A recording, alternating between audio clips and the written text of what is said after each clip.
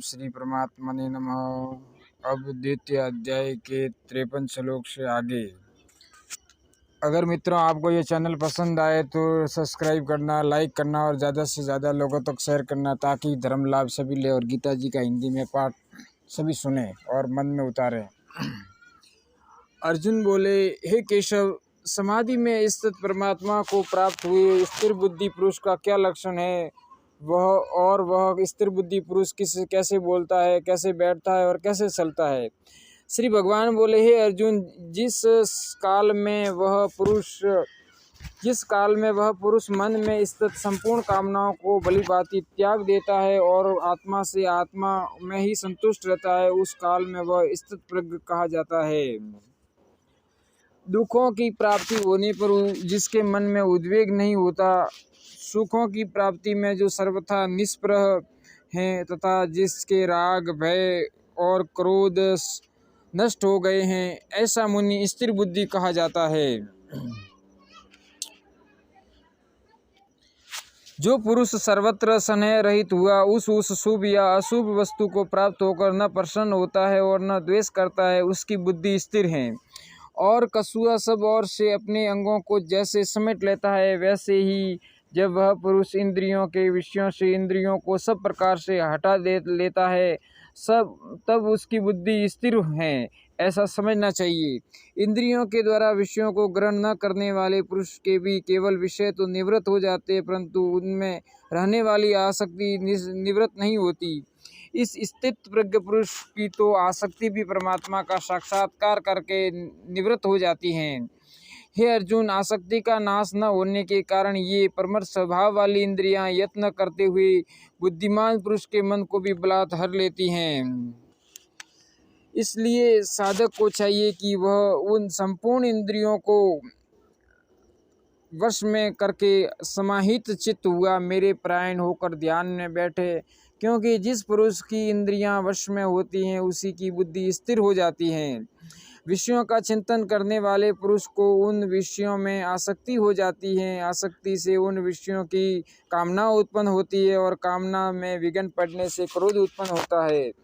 क्रोध से अत्यंत मूढ़ भाव उत्पन्न हो जाता है और मूढ़ भाव से स्मृति में भ्रम हो जाता है। स्मृति में भ्रम हो जाने से बुद्धि अर्थात ज्ञान शक्ति का नाश हो जाता है और बुद्धि का नाश हो जाने से वह पुरुष अपनी स्थिति से गिर जाता है।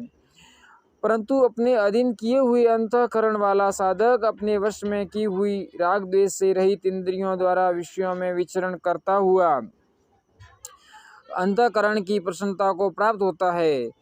अंतःकरण की प्रसन्नता को प्राप्त होने पर इसके संपूर्ण दुखों का अभाव हो जाता है और उस प्रसन्न चित्त वाले कर्मयोगी की बुद्धि शीघ्र ही सब ओर से हटकर एक परमात्मा में ही भलीभांति स्थिर हो जाती है। न जीते हुए मन अंतःकरण की प्रसन्नता होने पर इसके संपूर्ण दुखों का अभाव हो जाता है और उस प्रसन्न चित्त वाले कर्मयोगी की बुद्धि शीघ्र ही सब ओर से हटकर एक परमात्मा में ही भलीभांति स्थिर हो जाती है। न जीते हुए मन और इंद्रियों वाले पुरुष में निश्चयात्मिका बुद्धि नहीं होती और उस अयुक्त मनुष्य के अंतःकरण में भावना भी नहीं होती तथा भावनाहीन मनुष्य को शांति नहीं मिलती और शांति रहित मनुष्य को सुख कैसे मिल सकता है? क्योंकि जैसे इस जल में चलने वाली नाव को वायु हर लेती है और वैसे ही विषयों में विचरती हुई इंद्रियों में से मन जिस इंद्रिय के साथ रहता है वह सब ही इंद्रिय उस अयुक्त पुरुष की बुद्धि को हर लेती हैं। इसलिए हे महाबाहो, जिस पुरुष की इंद्रियों के विषयों से सब प्रकार निग्रह की हुई हैं, उसी की बुद्धि स्थिर है।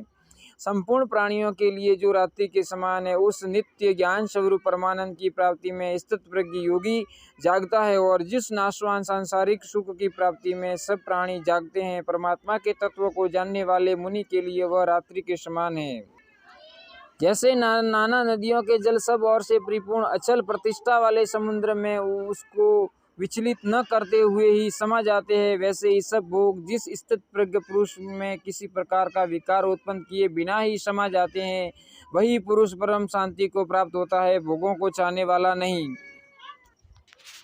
जो पुरुष संपूर्ण कामनाओं को त्याग कर ममता रहित, अहंकार रहित और स्पृहा रहित हुआ विचरता है, वही शांति को प्राप्त होता है, अर्थात वह शांति को प्राप्त हैं।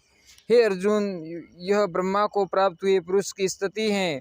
इसको प्राप्त होकर योगी कभी मोहित नहीं होता और अंतकाल में भी इस ब्राह्मी स्थिति में स्थित होकर ब्रह्मानंद को प्राप्त हो जाता है। ओम तत्सदिति श्रीमद्भगवद्गीता उपनिषत्सु ब्रह्म विद्यायां योग शास्त्रे श्री कृष्ण अर्जुन संवादे सांख्य योगो नाम द्वितीयोऽध्यायः। हरि ओम तत्सत्, हरि ओम तत्सत्, हरि ओम तत्सत्। ओम शांति शांति शांति।